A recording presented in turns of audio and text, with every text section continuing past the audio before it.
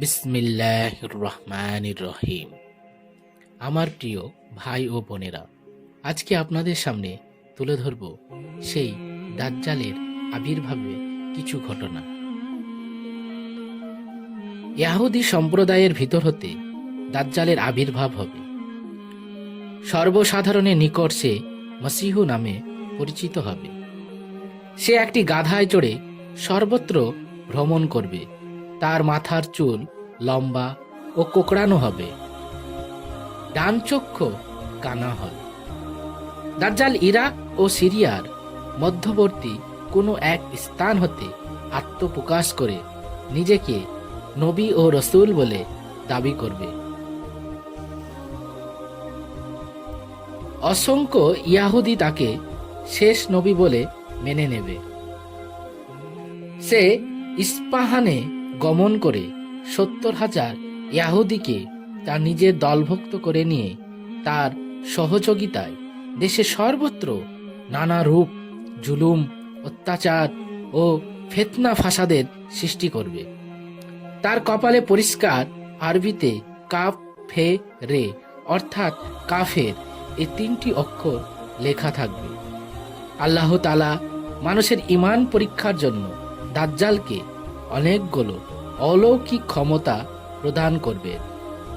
সে অলৌকিক ক্ষমতার বলে পৃথিবীর নানা দেশে ভ্রমণ করে অগণিত লোককে নিজের নবুয়াতে বিশ্বাস স্থাপন করিয়ে পথভ্রষ্ট করবে। কিন্তু প্রকৃত মুমিন লোকগণ তার কপালে উক্ত লেখা দর্শন করে তাকে দাজ্জাল বলে চিনতে পারবে এবং শত অত্যাচারে তার কথায় বিশ্বাস স্থাপন করবে না। প্রথমত সে নিজেকে নবী বলে প্রচার করলেও পরে সে নিজেই খোদাই দাবি করবে। আল্লাহ পাকের ইচ্ছায় দাজ্জালের সঙ্গে একটা সদৃশ্য বাগান, একটি ভীষণ অগ্নিকুণ্ড থাকবে। সে উক্ত বাগানকে বেহেশত ও অগ্নিকুণ্ডকে দোজখ বলে প্রচার করবে। যারা তাকে খোদা বলে স্বীকার করবে তাদিগকে সে ওই বাগানে নিক্ষেপ করবে, আর যারা তার মতের বিরুদ্ধচরণ করবে তাহাদিগকে অগ্নিকুণ্ডে নিক্ষেপ করবে। কিন্তু প্রকৃতপক্ষে যারা দাজ্জালের অগ্নিকুণ্ডে নিক্ষিপ্ত হবে তারা বেহেশতে গিয়ে পড়বে, এবং যারা তার বাগানে নিক্ষিপ্ত হবে তারা দুজকবাসী হবে। খাঁটি ইমানদার মুসলমানগণ দাজ্জালের হাতে অশেষ নির্যাতন সহ্য করেও তাকে খোদা বলে স্বীকার করবে না, বরং তারা সামনেই সুস্পষ্ট ভাষায় বলে দিবে, জানি তুমি সেই পাপিষ্ট দাজ্জাল। দাজ্জালের সঙ্গে একটা বিরাট খাদ্য ভাণ্ডারও থাকবে। সে তার অনুগত লোকদিগকে উক্ত খাদ্য ভাণ্ডার হতে বিবিধ প্রকারের সুখাদ্য আহার করাবে। সর্বশক্তিমান আল্লাহ তাআলার ইচ্ছায় আকাশ হতে ইচ্ছামতো বৃষ্টি বর্ষণের ক্ষমতাও দাজ্জালের থাকবে। সে তার ইচ্ছামতো যেখানে খুশি সেখানে বৃষ্টি বর্ষণ করাবে। সুনিয়ন্ত্রিতভাবে বৃষ্টি বর্ষণের ফলে তার অনুগত লোকদের বাগান ও জমিতে প্রচুর ফল মূল, শাক সবজি, শস্য উৎপন্ন হবে। তাদের পশুগুলির খুব হৃদপুষ্ট হবে, কিন্তু মুমিন মুসলমানগণ তার এসব অনুগ্রহতে বঞ্চিত থাকবে। মুসলমানগণ নানাভাবে অশেষ দুঃখ কষ্ট নির্যাতন ভোগ করবে, কিন্তু তবেও তারা দাজ্জালকে খোদা বলে স্বীকার করবে না। কিন্তু একমাত্র সর্বশক্তিমান আল্লাহর উপর নির্ভর করে তারা সব দুঃখ কষ্ট সহ্য করবে। মুমিন মুসলমান সর্বদা তাসবিহ তাহলিল পাঠ করতে থাকবেন এবং তাতে তাদের ক্ষুধা পিপাসার অনেকটা নিবৃত্তি হবে। দাজ্জালের আবির্ভাবের ২ বৎসর পূর্বে হতে দেশের সর্বত্র ভীষণ দুর্ভিক্ষ চলতে থাকবে এবং দুর্ভিক্ষের ৩য় বৎসরে প্রারম্ভে দাজ্জালের আবির্ভাব ঘটবে। তাই দাজ্জাল তার অনুগত লোকদের এলাকায় দুর্ভিক্ষ দূর করে দেবে। তার আদেশে মৃত্তিকা গর্ভে প্রথিত বিপুল পরিমাণ ধনরত্ন বের হয়ে আসবে। সে তার অনুগত লোকদের মধ্যে উক্ত ধনরত্ন বিতরণ করবে। পাপিষ্ঠ দাজ্জাল তার খোদাই দাবি মানুষকে বিশ্বাস করানোর জন্য কাহাকে কাহাকে বলবে, আমি তোমার মৃত মাতা পিতাকে জীবিত করে দেখাচ্ছি। আমি স্বয়ং যদি খোদা না হতাম তবে এই অসাধ্য কার্য সাধন করতে কখনোই পারতাম না। এ বলে সে তার সহচর শয়তান দিগকে আদেশ করবে যে তোমার উহার মাতা পিতার অবিকল আকৃতি ধারণ করে ভূগর্ভ হতে উত্থিত হও। শয়তানগণ দাজ্জালের আদেশে উক্ত লোকের মাতা পিতার আকৃতি ধারণ করে তার সামনে এসে হাজির হবে। এই আশ্চর্য ব্যাপার অবলোকন করে অনেকে তাকে খোদা বলে মেনে নেবে। এভাবে অনেক অলৌকিক কার্য প্রদর্শন করে নানা দেশ পর্যটন করে অসংখ্য লোককে পথভ্রষ্ট করে অসংখ্য ইমানদার মুসলমানকে হত্যা করবে।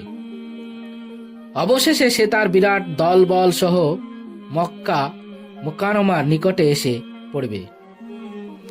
মহাপাপী দাজ্জাল মক্কা শরীফের অভ্যন্তরে প্রবেশের চেষ্টা করলে ফেরেশতাগণ তাকে বাধা প্রদান করবে। সে বিফল হয়ে সদলবল নিয়ে মদিনার দিকে ধাপিত হবে। সে সময় সমগ্র মদিনা শহরে মাত্র 7টি প্রবেশদ্বার থাকবে এবং প্রত্যেক প্রবেশদ্বারে আল্লাহ তাআলা 2 জন করে ফেরেশতা মোতায়েন রাখবেন। দাজ্জাল তার দলবল সহ মদিনায় প্রবেশের চেষ্টা করেও ব্যর্থ হবে, কেননা তারা প্রত্যেকেই প্রবেশদ্বারে 2 জন করে যমদূত সদৃশ্য প্রহরী দেখে ভীত হয়ে মদিনার অদূরে ছাউনি নির্মাণ করে অবস্থান করতে থাকবে। এ সময় মদিনা মনোয়ারা একাধিক ক্রমে 3 বার ভূমিকম্প হবে। এর ফলে মদিনার অনেক মুনাফিক ও দুর্বল ঈমান বিশিষ্ট লোক ভীতু হয়ে মদিনার বাইরে গিয়ে দাজ্জালের শিবিরে আশ্রয় নিয়ে জাহান্নামী হবে। ইতিমধ্যে মদিনা শরীফের জনৈক বুজুর্গ ব্যক্তি দাজ্জালকে দেখতে এসে তার অনুচর দিগকে জিজ্ঞাসা করবেন, পাপিষ্ঠ দাজ্জাল কোথায় আছে? অনুচরগণ অত্যন্ত রাগান্বিত হয়ে বলবেন, সাবধান, আমাদের খোদার সম্বন্ধে বেয়াদবিমূলক উক্তি করো না। একজন বলবে, না, আমাদের খোদার বিনা আদেশে কাউকে হত্যা করার নিষেধ আছে। প্রভুকে সংবাদ দাও, তিনি এসে যা করতে হয় করবেন। অতঃপর তারা দাজ্জালকে বলবে, জনৈক অসভ্য বেয়াদব লোক আপনার সহিত সাক্ষাৎ করতে চায়।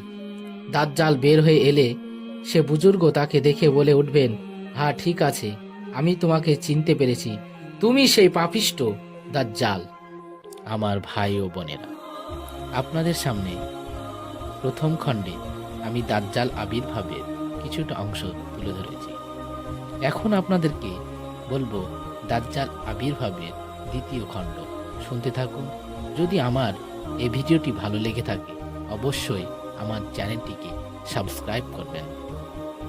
দাজ্জাল বের হয়ে এলে সেই বুজুর্গ তাকে দেখে বলে উঠবেন, হ্যাঁ, ঠিক আছে, আমি তোমাকে চিনতে পেরেছি, তুমি সেই পাপিষ্ঠ দাজ্জাল।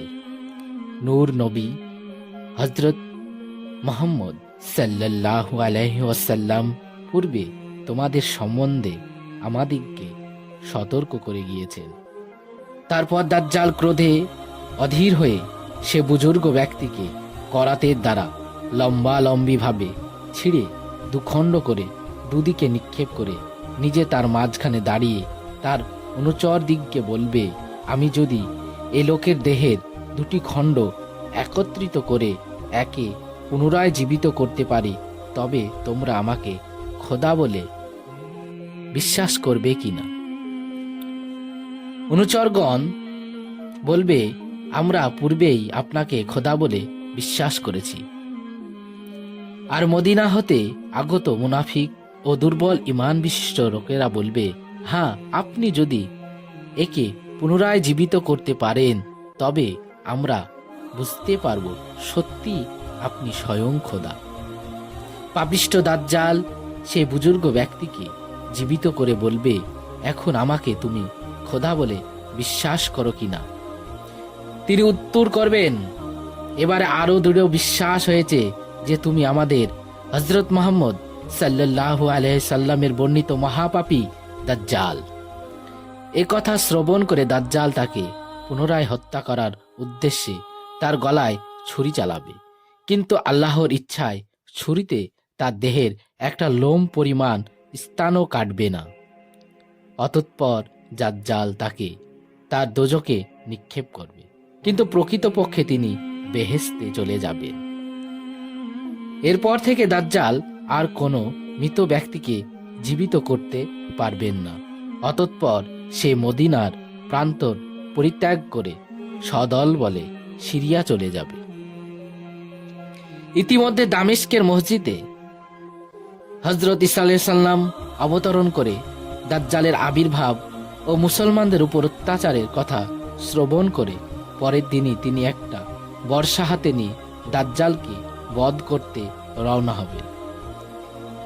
একদিকে হযরত ঈসা আলাইহিস সালাম দাজ্জালকে হত্যা করতে অগ্রসর হবেন, অপরদিকে মুসলিম সেনাগণ দাজ্জালের দলবলকে আক্রমণ করবে। পাপিষ্ঠ দাজ্জাল হযরত ঈসা আলাইহিস সালামকে দেখে ঊর্ধ্বশ্বাসে দৌড়িয়ে পালাতে চেষ্টা করবে, কিন্তু হযরত ঈসা আলাইহিস সালামের হাত হতে নিষ্কৃতি পাবে না। তিনি তার বর্ষার এক আঘাতে দাজ্জালকে ধরাশায়ী করবেন। একদিকে মুসলিম সেনাগণ দাজ্জালের সহচর দিগকে পঙ্গপালের ন্যায় হত্যা করতে থাকবে। উপরন্তু না দেখে তারা পাহাড় পর্বত বন জঙ্গল আশ্রয় গ্রহণ করবে, কিন্তু মুসলমান সৈন্যদের হাত হতে কেউই রক্ষা পাবে না। দুনিয়ার বুকে 40 দিন পর্যন্ত দাজ্জালের অত্যাচার চলবে, কিন্তু এর প্রত্যেকটি দিন 1 বৎসর 1 মাস 1 সপ্তাহের সমান হবে। দাজ্জালের মৃত্যুর পর হতে দিন রাত্রিগুলি আবার স্বাভাবিক হয়ে যাবে।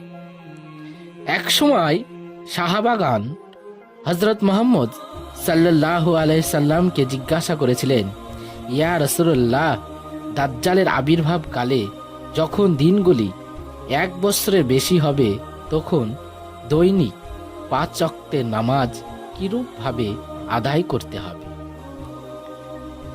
তদুত্তরে তিনি বলেছিলেন, মেঘাচ্ছন্ন দিনে যখন একাদিক্রমে 2-3 দিন সূর্যোদয় দেখা যায় না, তখন তোমরা যেরূপ অনুমান করে 5 ওয়াক্ত নামাজ আদায় করো থাকো, সেই সময় ঠিক সেইভাবেই নামাজ আদায় করতে হবে। যদি আমার এই ভিডিওটি ভালো লেগে থাকে তাহলে অবশ্যই আমার চ্যানেলটিকে সাবস্ক্রাইব করে আমার পাশে থাকবেন।